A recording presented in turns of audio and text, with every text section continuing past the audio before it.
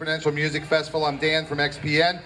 My guest right here is one of my favorite songwriters. He released an album himself called Dirty Pond Songs that we fell in love with, and a lot of you did as well. He recorded in his London bedroom, and he recently signed a deal with ATO Records. They're going to put the album out next year. I am psyched because he's got a band with him today. I'm looking forward to this. He has played for us at Free and New, World Cafe, played at Non-Com. Please give it up for my friend and yours, Bobby Long.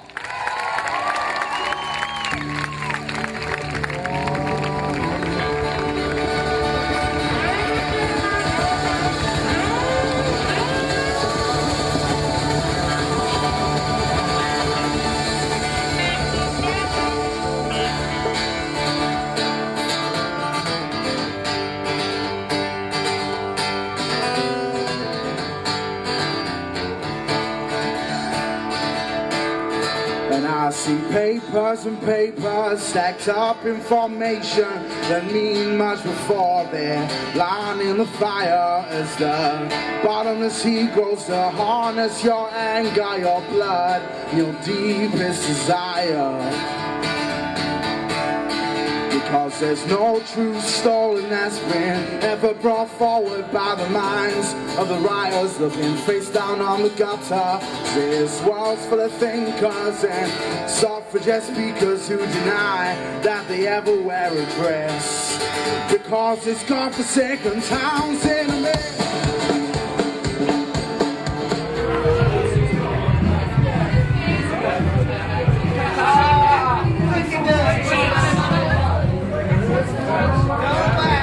Hey, this is Lisa from thebuzzwall.com. We are at the 2010 XPonential Music Festival with Bobby Long.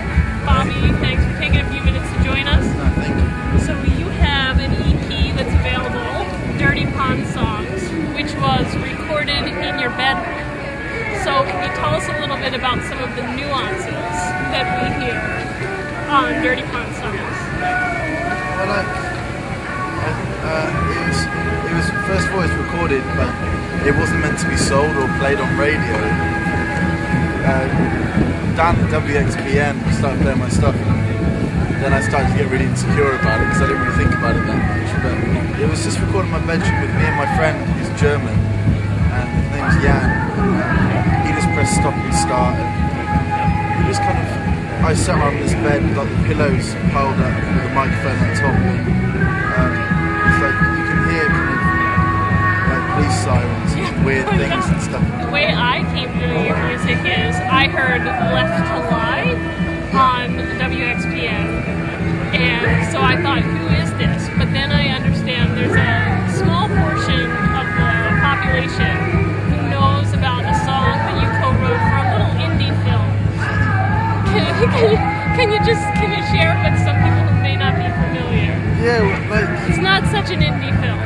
yeah, I mean, you know, like it's hard to explain because it's so simple. But it is kind of, I just got an opportunity to have a song in a film that I co-wrote with my friend, and it went in this film. And I was completely clueless. You know, I'm sure everyone else was at that time. It went in this film, and that kind of kicked off and gave me the jump start to come over here and start touring, and I've been on tour here ever since, basically. So it was just a happy beginning. You know, everyone needs to start, and that was my start. But it just happened that I guess that film was, I can't even say its name, but that film was the biggest film of the year, I guess. It was and it started off all the craziness which was followed. Twilight. May I say that it's Twilight. The film was Twilight. Bobby's song featured were some of your favorite childhood summer activities. I don't know, like in England we don't get a whole lot. So my memory of that, I don't know, like I went to the beach sometimes and played with all my sisters. And, you know, I used to love football when I was younger. I was soccer fan, so I used to go out and play football every day. I've got quite like an addictive personality, so if I love something, I love it.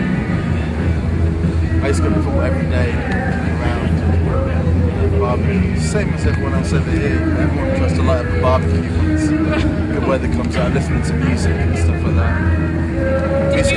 Did you follow the World Cup? I did. I don't even want to talk about it that much.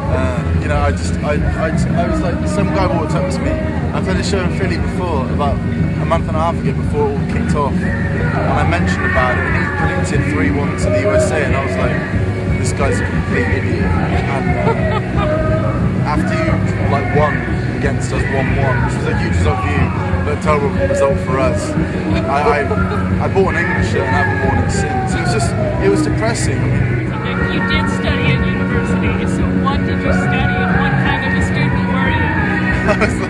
I was like the ghost student who no one really knew my name, and I used to play music like every night. I tried to play music every night, I guess. And I never really enjoyed the university lifestyle, like the campus thing. You know, that it's such a big deal over here. Like, a lot of people in my band went to Philadelphia University College, or whatever. They really enjoyed, you know, being around other students, and I didn't really do that. I kind of did my own thing and went off into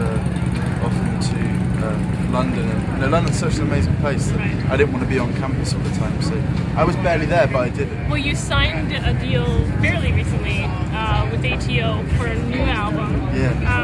That may not include some of the nuances, the cars and the places. I mean, but do we get any details of the new? Yeah, like I started recording before I signed to ATO. I recorded this guy called Liam Watson, who did the White Stripes, the Elephant album, and he's recorded loads of acts, and we did it all live in the studio. We did it on analog tape, on the tape reels, the huge tape reels, and it was a natural happening that kind of happened. I met him through my best friends from this band called the Spivs, and they were recording with him, and I met him, and we'd hang out, and he loves country music like I do, and early Beatles stuff, and he just kind of took me on, and I went in the studio to record 5 tracks, and he got this bunch of musicians together. We did it all live, and it was just a real nice experience for me, and I'm really glad that I can't wait for people to hear it. It sounds different. People always say it's going to sound different to stuff they're hearing now, but you know, people can't take away the fact that we tried to do it in the proper way.